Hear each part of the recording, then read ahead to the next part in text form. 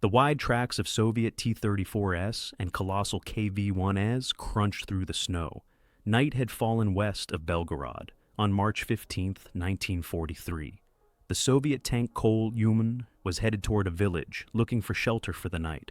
Although the village appeared deserted, the Soviet commander was wary. For days now, there had been heavy fighting, with the Nazis trying to recapture Kharkov from the Soviets. The T-34s fired incendiary shells, setting ablaze a few peasant huts. When nothing moved, the tanks rumbled into the village. The commander's tank came to halt, unaware that the muzzle of a Tiger tank hidden in a barn was pointed straight at him.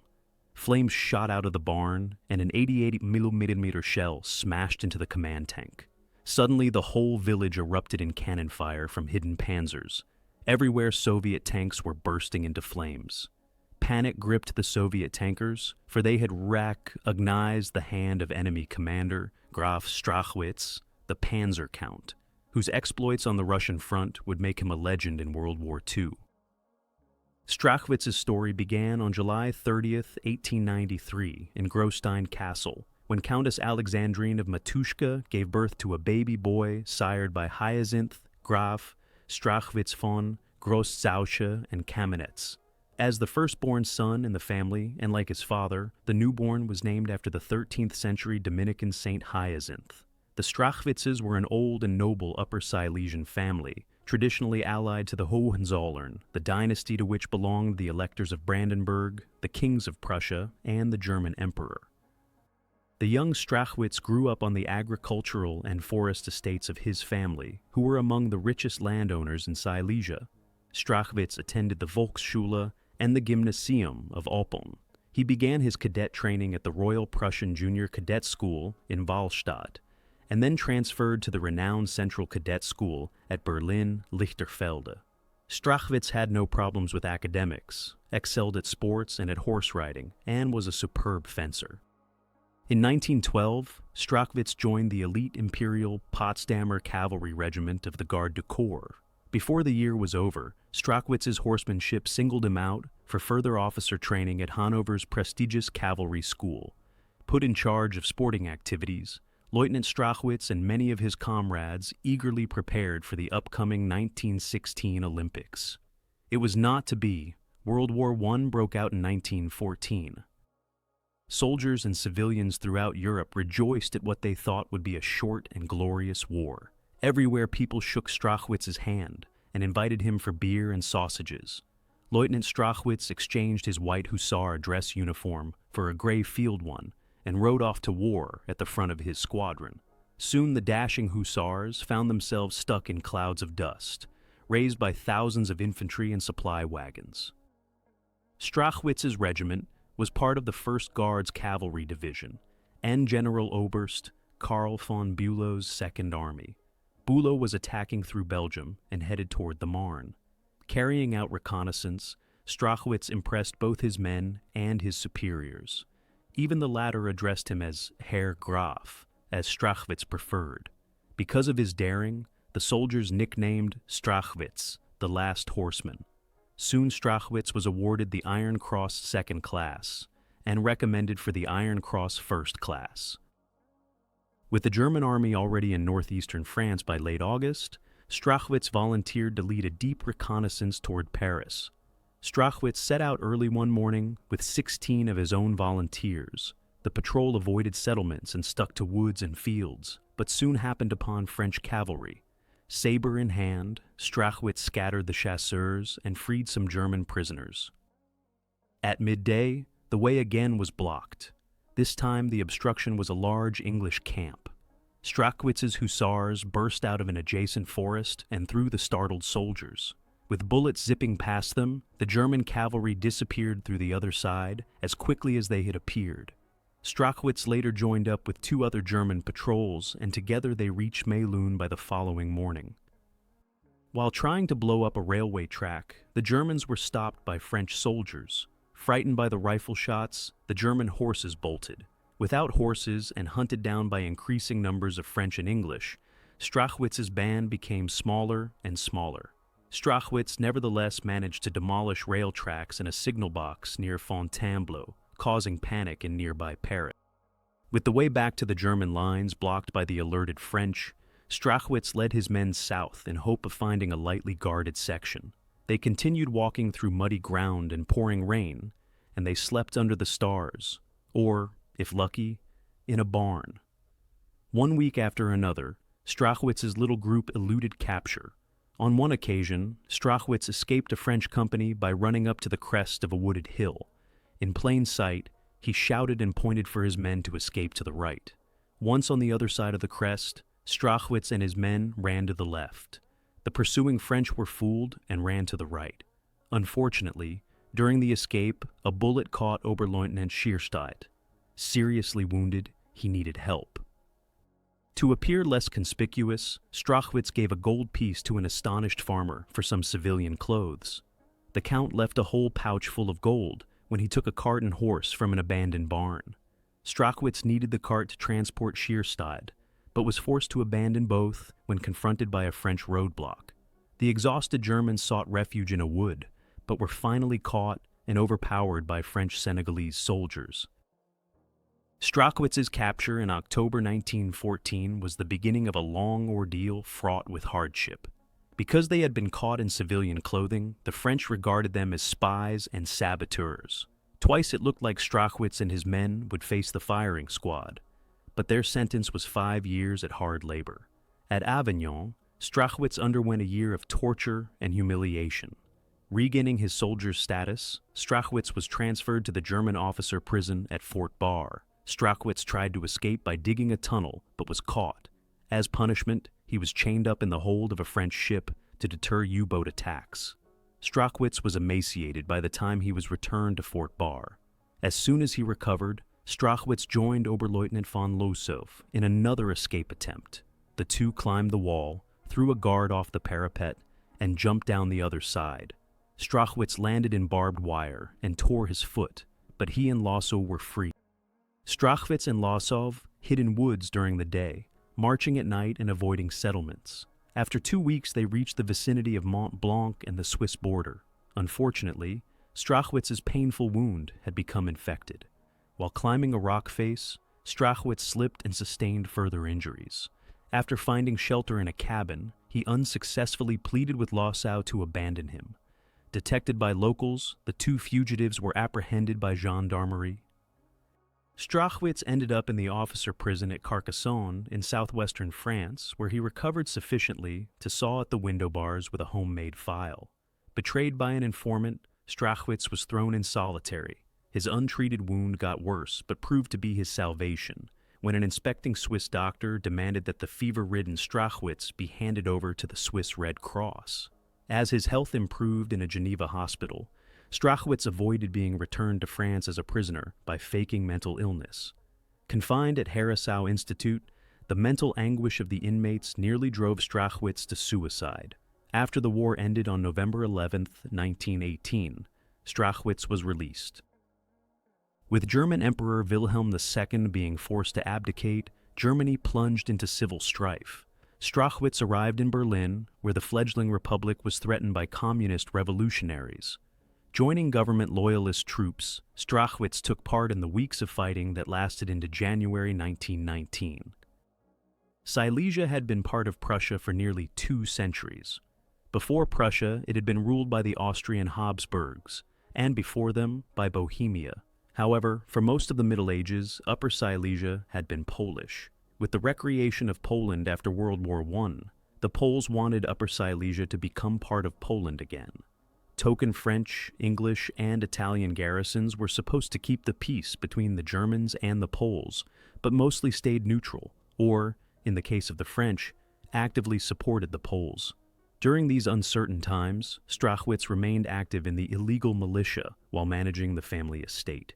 In July, Strachwitz married Alexandrine Alda Frein Surma Jelch, who 9 months later gave birth to their son.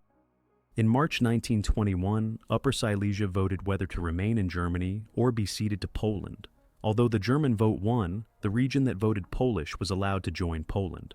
Unsatisfied, militant Poles led by Wojciech Korfanty tried to seize the German territory as well. At Gross Stein, Strachwitz awoke to gunshots and the sound of refugees fleeing from the advancing Poles. Strachwitz brought his family, including his pregnant wife, to safety, then hurried back to join the German resistance. Although the Poles outnumbered the Germans had more combat experience and were buffered by paramilitary Freikorps.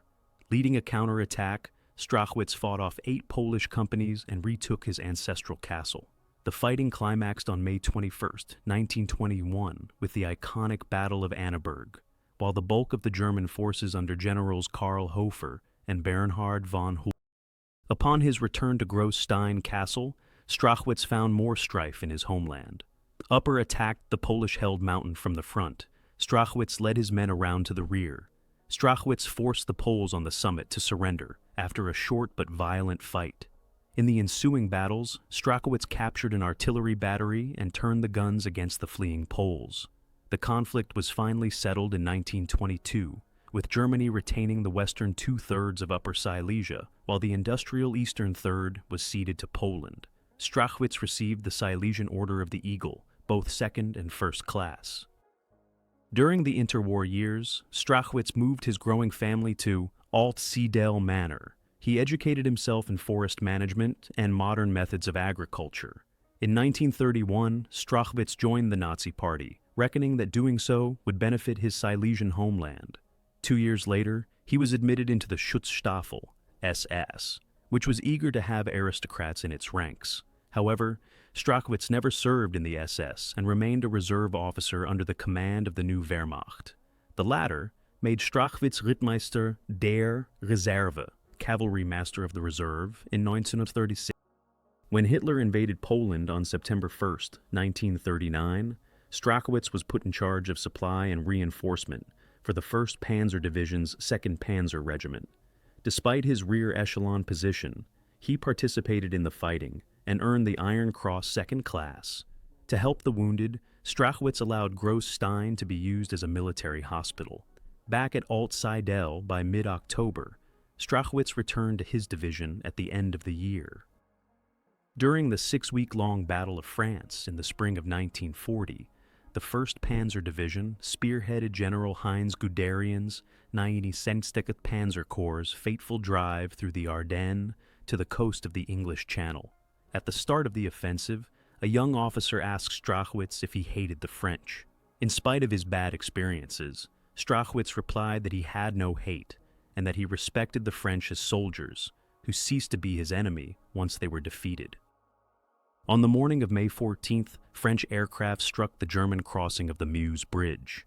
Strachwitz directed traffic and ordered the men to take cover.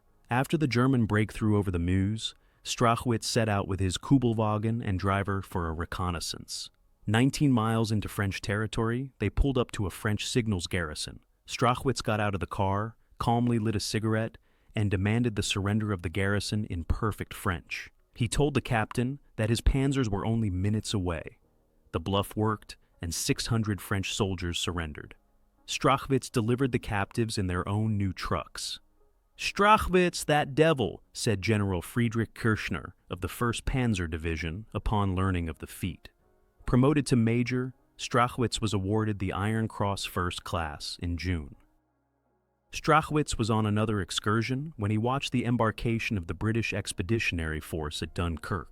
He was dumbfounded by Hitler's order to halt the panzers in favor of airstrikes. The miraculous British evacuation was soon eclipsed by the fall of France, however. Alongside the 2nd Panzer Regiment, Strachwitz was transferred to East Prussia and to the new 16th Panzer Division, led by General Major Hans Valentin Hube. The one-armed general clapped Strachwitz on the shoulder, granted Strachwitz's frontline request, and assigned him the 1st Battalion of the 2nd Panzer Regiment, 16th Panzer Division. Strachwitz briefly took part in the invasion of Yugoslavia before being withdrawn to prepare for Operation Barbarossa, the invasion of the Soviet Union, on June 22, 1941. At the outset of the invasion, the 16th Panzer Division was in the forefront of Paul Ludwig Ewald von Kleist's 1st Panzer Group, which had as its initial objective the Ukrainian capital of Kiev. On June 26th, Kleist was more than 75 miles into Soviet territory when Kolarsch-General Mikhail Kirponos launched a spirited counterattack. In the hills west of the Ikwa River, 2nd Panzer Regiment sallied forth to intercept masses of Soviet tanks. Amid deafening explosions, fountains of earth, and clouds of smoke, an adjutant reported to Strachwitz that they were T-26 light tanks. Strachwitz's Ulstein-build binoculars zeroed in on more Soviet tanks in the woods to the rear. He ordered the heavier Mark IVs to counter the Soviet outflanking attempt. Soviet infantry swarmed through the panzers.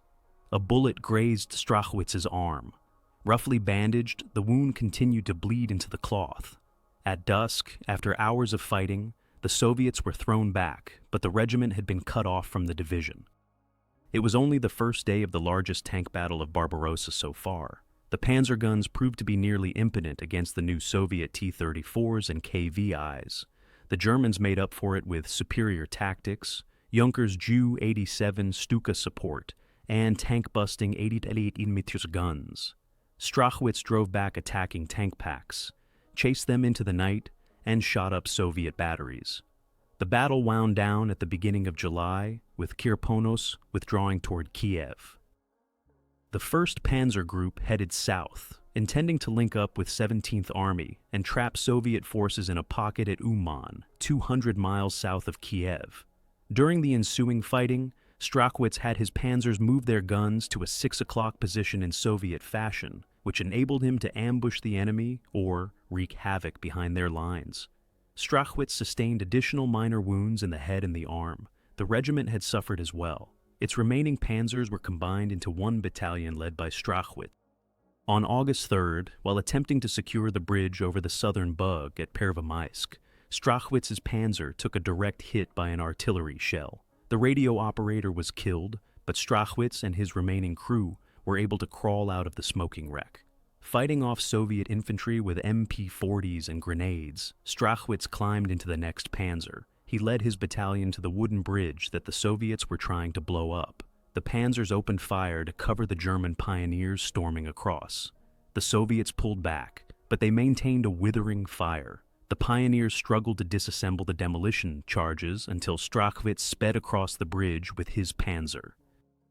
The Battle of Uman ended in another German victory. 6 weeks into Barbarossa, Strachwitz's panzers had covered 440 miles, but the steppes of the Ukraine seemed endless. 16th Panzer Division pushed toward the Black Sea, where Nikolaev fell on the eve of August 16th. Late in August, the division was back north, resting south of Kirovograd. On August 25th, Huba awarded Strachwitz with the Knight's Cross. Restored to 2 battalions, Panzer Regiment 2 returned to action in September as part of the southern pincer of the Kiev encirclement. On September 16th, the gigantic pocket of the Dnieper Bend was closed 130 miles east of Kiev. Strachwitz's battalion engaged Soviet troops desperately trying to break through to the east. When a Soviet division commander of German ancestry was captured, Strachwitz refused to take him prisoner unless the commander returned with his whole division. The next morning, 7,000 men marched out of the nearby wood and into captivity. They were among the 63,000 Soviet prisoners captured at Kiev. Strachwitz did his best to treat the prisoners well, and also helped ailing farmers, women, and children. Often his men repaired local churches, further endearing him to the population. Unfortunately, Strachwitz's goodwill, and that of others like him, was undone by Nazi terror in conquered areas. Most of the prisoners ended up starving to death or were executed, fueling hate and hardening resistance. Upgraded to 1st Panzer Army, the former 1st Panzer Group attacked the Soviet Dnieper front from the north in late September. On October 6th, Strachwitz's battalion captured the main road junction of Andreyevka, closing one of the last links of another huge encirclement. On October 9th, the temperature dropped and falling snow obscured the view. Fighting to seal off penetrations, Strachwitz was again wounded in the head. Cutting short his field hospital stay, he returned to the front on the same day. After the successful conclusion of the Cauldron Battle north of the Azov Sea, 1st Panzer Army pushed toward Rostov. The remaining panzers of the depleted 2nd Panzer Regiment were again amalgamated under Strachwitz's command. At the end of October, rain, snow, and slush turned roads into swamps. Supplies slowed down, and vehicles were stranded without petrol. While Strachwitz's panzers underwent repairs at Uspenkaya, a Soviet bomber hit a camp of their own prisoners. Distraught at the carnage, Strachwitz moved the Soviet prisoners farther behind the front lines. The temperature plummeted, freezing anything stuck in the mud. Alongside 5th SS Panzer Division Wiking, the 16th Panzer Division engaged a Soviet counterattack. Strachwitz rescued a Viking Pioneer Battalion cut off at Balabano. By November 23rd, 2nd Panzer Regiment only had 20 panzers left and was forced to fall back to the west bank of the Mayas River. Strachwitz left for Germany to recover from his many combat wounds. Meanwhile, the German army withstood the fierce Soviet winter offensive of 1941-1942 and the extreme weather that wreaked havoc among the ill-equipped troops. Strachwitz was back with his regiment in March 1942, promoted to Oberstleutnant and awarded the Wound Badge in silver. On May 12th, the Soviets renewed their push for Kharkov. Kleist's Panzer Army riposted, attacking from south of Izium to slice off the southern pincer of the Southwest Front. On May 23rd, Strachwitz's battalion met the 23rd Panzer Division, south of Balakleya. Marshal Semyon Timoshenko's armies were encircled, alongside several officers standing on a small rise of ground. Strachwitz observed columns of Soviets trying to break out. Warned by his uncanny instinct, Strachwitz suddenly grabbed the arm of the adjacent Hauptmann Freitag von Loringhoven and jerked him downhill. In the next instant, a shell exploded where they had stood, killing the others. A brief period of rest followed the German victory at Izium. Around this time, Strachwitz took over command of the entire regiment, which from June 10th onward took part in the preliminary battles for Case Blue, the massive German summer offensive of 1942. Through drenching rainstorms and seas of mud, Strachwitz engaged more Soviet armor and fought off night attacks. The 16th Panzer Division captured the heavily fortified city of Kupiansk in mid-June. During the fighting, a shell splinter struck Strachwitz's head. He had the wound provisionally treated, then quickly returned to his men. On July 8th, once more rested and refitted, 16th Panzer Division took part in 6th Army's drive for Stalingrad on the Volga River.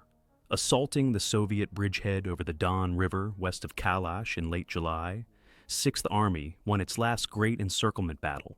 Armor combat raged through the villages and on the heat-scorched grass steppes, mirrored by equally fierce aerial engagements in the sky above.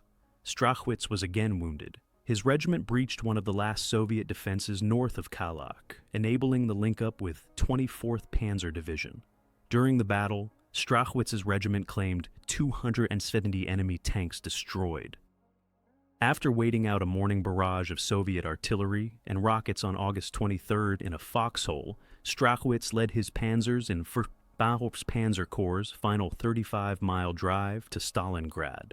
Henschel HS-129 and JA-87 ground attack aircraft opened the way for 400 panzers, breaking all resistance. Upon approaching the northern suburbs, the Soviets used their heavy anti-aircraft guns in a ground fire role against Strachwitz's panzers. With the help of Stukas, Strachwitz destroyed 37 of these anti-aircraft guns without suffering a loss. The Germans were shocked to discover that the mangled gun crews were women, poorly trained in engaging ground targets. Strachwitz led his panzers down a street, driving along the edge in case the road was mined. A hidden anti-tank gun opened up, barely missing Strachwitz's panzer. The Soviet gun was quickly knocked out, and Strachwitz kept going until he reached the high western banks of the Volga. He marveled at the spectacle of the city and river below. With the exception of the onion-shaped cathedral spires of the old town, Stalingrad was a modern industrial city. Factories, smokestacks, and suburbs extended in a narrow strip along the Volga. Clouds of smoke from bombing Stukas and Soviet anti-aircraft guns drifted over the whole scene. The river was full of boats against which Strachwitz directed his panzer cannons, sinking several vessels. Ordered to help defend the northern industrial suburbs, Strachwitz hid his 3 companies at the bottom of a long hill. Multiple waves of Soviet armor obstinately attacked over the crest. At a range of 300 to 500 yards, the Panzers knocked out more than 100 tanks in 2 days. Our Panzer Count only needed to sit behind the front in his command tank, which had a wooden dummy gun, tallying up the knocked-out enemy tanks reported by the companies, said von Loringhoven. Heavy fighting for the northern sector continued through September into October, with Hitler insisting on capturing positions no matter what the cost. On October 13th, Strachwitz's Panzer received a direct hit. Severely burned, Strachwitz was flown to the reserve hospital at Breslau. He was still recuperating when the Soviet counteroffensive in late November encircled the doomed German Sixth Army. Strachwitz pleaded to return to the front, but, realizing the hopelessness of the situation, General Hube refused. Strachwitz received the Oak Leaves to his Knight's Cross in December, and a promotion to Oberst der Reserve on January 1, 1943. His new command was the Panzer Regiment of the Elite Panzer Grenadier Division, Großdeutschland. On March 9th, Strachwitz's regiment joined Field Marshal Erich von Manstein's counterattack against the overextended Soviets at Kharkov. West of Belgorod, Großdeutschland squared off against 3 Soviet tank corps. The fighting included an intense night battle on March 15th and 16. Having seen the dark silhouettes of Soviet tanks against the snow converging on his position, Strachwitz hid his panzers, including 3 Tigers, in a deserted peasant village. In a horseshoe formation, camouflaged, dug in, or hidden in the thatched huts, the panzers waited until nightfall. The rumbling of as many as 50 Soviet tanks resounded through the dark. A few huts were hit by incendiary shells and burst into flames. Strachwitz remained calm, letting the whole Soviet column enter the village. With a Soviet command tank within 70 meters, Strachwitz's hidden Tiger fired and blasted the turret right off the T-34. The other panzers let loose, knocking out 18 T-34s and KV-1s in a few minutes. Strachwitz climbed on top of his turret and watched the inferno. "The Russians have recognized us. They're broadcasting. Watch out, it's Strachwitz," said Strachwitz's radio operator. The Soviets desperately tried to pull out, but were shot up in the process. The Soviet losses were only part of the more than 300 Soviet tanks knocked out by Strachwitz's regiment between March 14th and March 19th. Strachwitz was awarded the swords to his Knight's Cross on March 28th.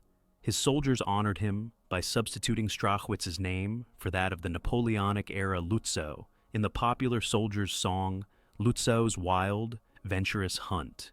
Strachwitz took 2 weeks of whole E-Day visiting Berchtesgaden with his wife Alda.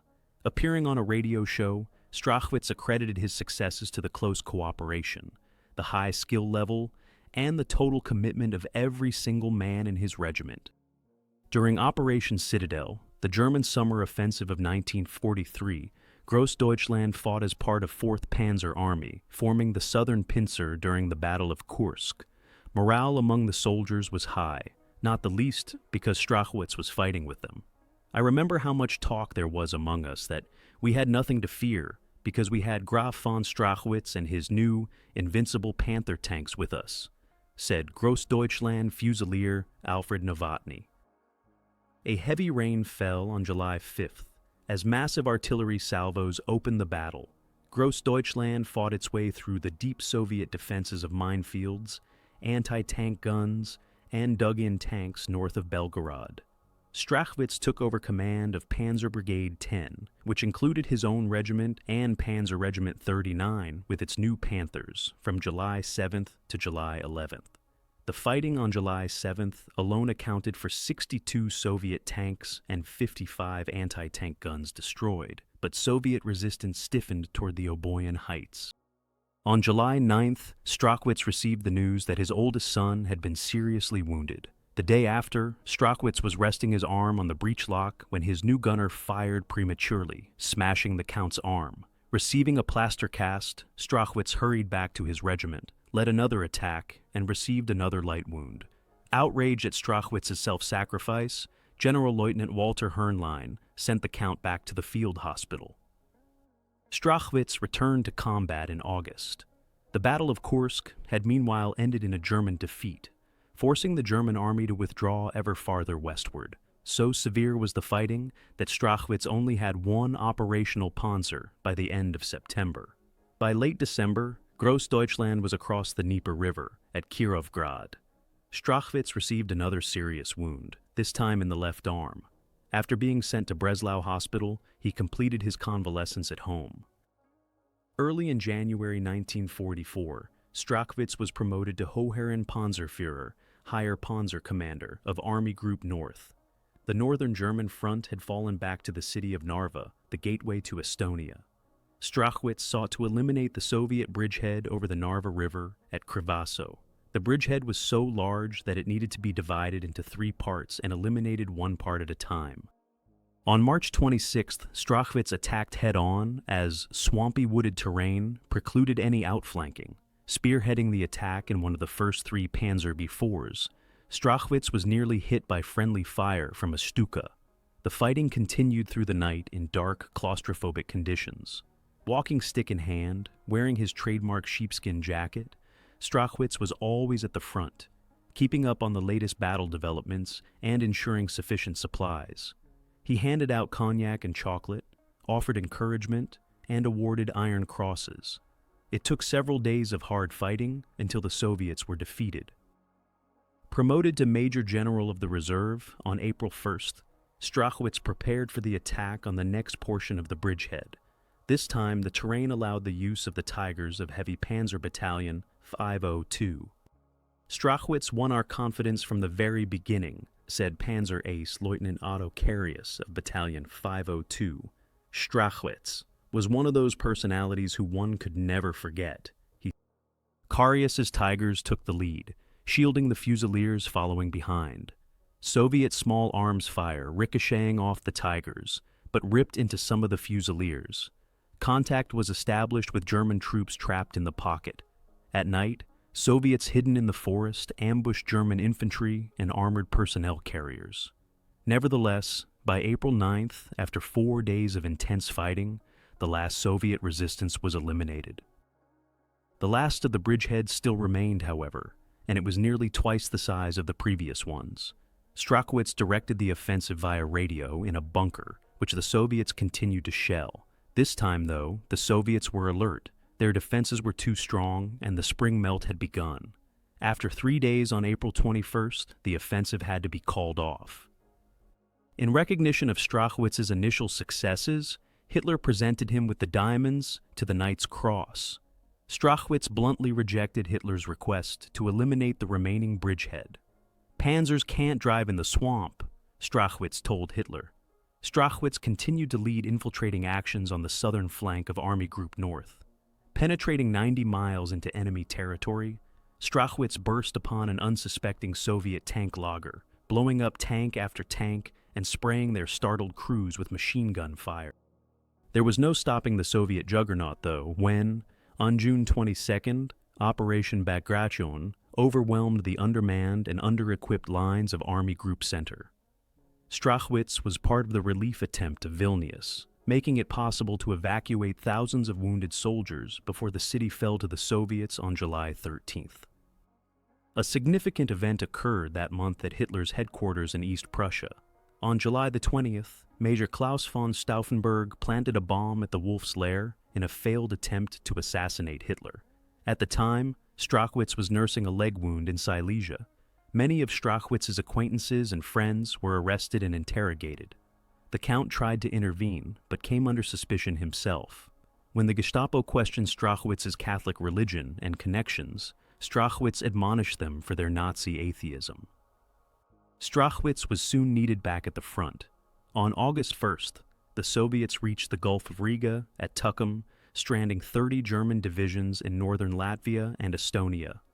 In Operation Double Head, 3rd Panzer Army sought to re-establish contact by recapturing Tukum and coming to the relief of beleaguered Riga.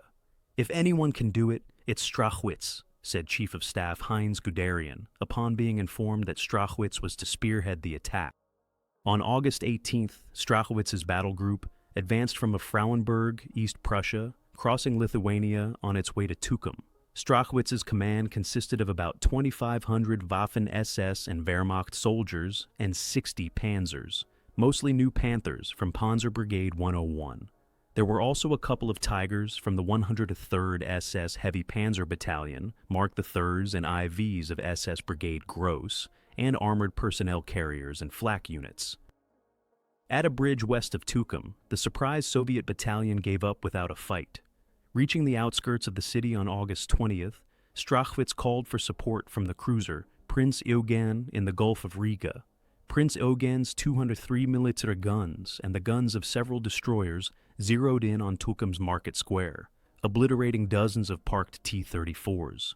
Strachwitz's panzer entered the city, driving by charred tanks. Some were overturned and their crews dead and burned.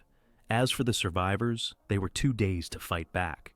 A few remaining tanks were easily dispatched. With SS Brigade Gross holding Tukum, Strachwitz intercepted an approaching Soviet convoy. Believing themselves surrounded, the whole convoy surrendered. Strachwitz pushed on to Riga with his grenadier battalions and his 9 remaining Panthers, as many of the Panthers had broken down. After further engagements in a wood, Strachwitz entered Riga on the August 21st. Driving by, cheering Latvians and German troops, the Count's Panther stopped in the marketplace right in front of a number of high-ranking officers. In his sweat and dirt-stained overalls, his face smeared in oil, Strachwitz emerged from the cupola. "Hurrah, Lieutenant, you have busted the cauldron," called out an officer. To astonished gazes, Strachwitz replied that he was a full-fledged general. Grossly overestimating Strachwitz's force, the Soviet 51st Army claimed that Tukum had been attacked by 300 tanks. In 3 days, Strachwitz's small battle group had captured 18,000 prisoners and destroyed numerous artillery pieces, tanks, and anti-tank guns. The wounded could be evacuated out of Riga, and contact had been re-established, albeit only temporarily, with Army Group. On August 24, 1944, Strachwitz was nearly killed in a traffic accident. Knocked unconscious, he woke up 2 weeks later in Riga Hospital. He could hear the Soviets firing artillery at the city.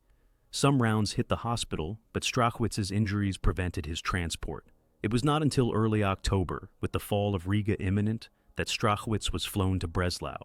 The doctors counted on keeping him hospitalized for 8 months. Strachwitz left after only 7 days, continuing his recovery at Alt-Seidel. With the Soviets surging into Silesia on January 16, 1945, Strachwitz showed up at Field Marshal Ferdinand Schorner's Oppeln headquarters on crutches. Strachwitz asked to return to the front to defend his homeland. Even Schorner, who sent anyone remotely combat-worthy to the front, was stunned. Schorner needed someone to organize tank hunters armed with Panzerfausts. Strachwitz undertook the effort. Within a few weeks, 8,000 men volunteered. The force included hardened veterans, returning wounded, and idealistic teenagers. The desperate nature of the final days of fighting was embodied by Strachwitz's youngest son, Hubertus Arthur, who, despite being a leg amputee, volunteered to return to the front and was killed on March 25th. After Germany's surrender on May 8th, Strachwitz ensured that most of his soldiers ended up in American captivity.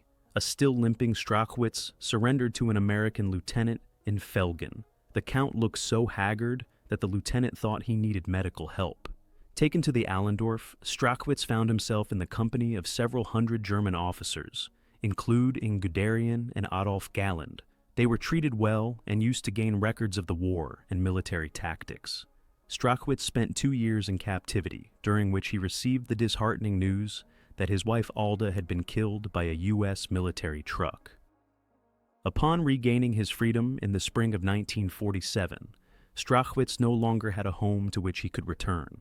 His ancestral lands in Upper Silesia had been occupied by Russians, who later handed them over to Poland. His tattered uniform and his medals were all that Strachwitz had left. In a fresh start to a new life, Strachwitz married again. His bride was the much younger Nora von Sturm. After 2 years abroad beginning in 1949, the couple eventually returned to Germany, settling in Upper Bavaria. Strachwitz founded a refugee foundation for displaced Silesians and became a Knight of Devotion of the Order of St. John. On April 25, 1968, the 75-year-old Strachwitz, who was a heavy smoker, succumbed to lung cancer. It was because of his bravery, which served as an example to all officers and soldiers, that he carried the highest decorations of the Knight's Cross, the oak leaves, the swords, and the diamonds, said General Heinz-Georg Lemm of the Bundeswehr, himself a holder of the oak leaves and swords, at Strachwitz's funeral. Unlike most senior commanders of the Third Reich, Strachwitz was buried with full military honors. Strachwitz's motto was, "Panzer should not be standing around. They should be rolling along, either shooting at the enemy or attacking and pursuing." With speed and daring and a knack for improvisation and organization, Strachwitz achieved victories against great odds. Strachwitz was wounded 14 times, but he proved as tough as the wild boar on the Strachwitz coat of arms. Guderian rightly considered Strachwitz to be one of the greatest panzer leaders.